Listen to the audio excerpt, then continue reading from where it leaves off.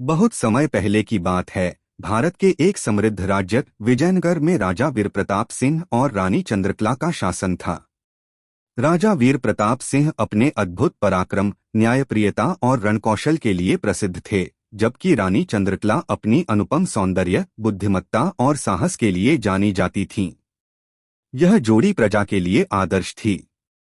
एक दिन उत्तर दिशा से आक्रांताओं की एक विशाल सेना ने राज्य की सीमाओं पर आक्रमण कर दिया। उनका उद्देश्य केवल विजय नहीं, बल्कि संपूर्ण राज्य को तहस-नहस करना था।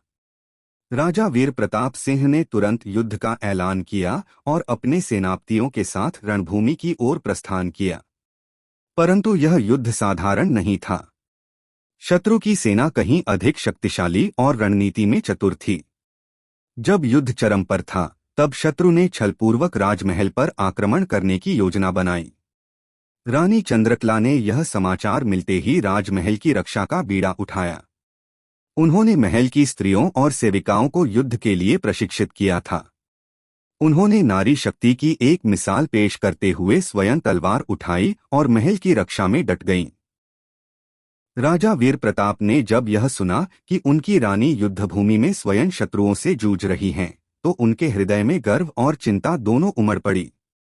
उन्होंने दुगनी शक्ति से युद्ध किया और अंततः शत्रु सेना को पराजित कर दिया।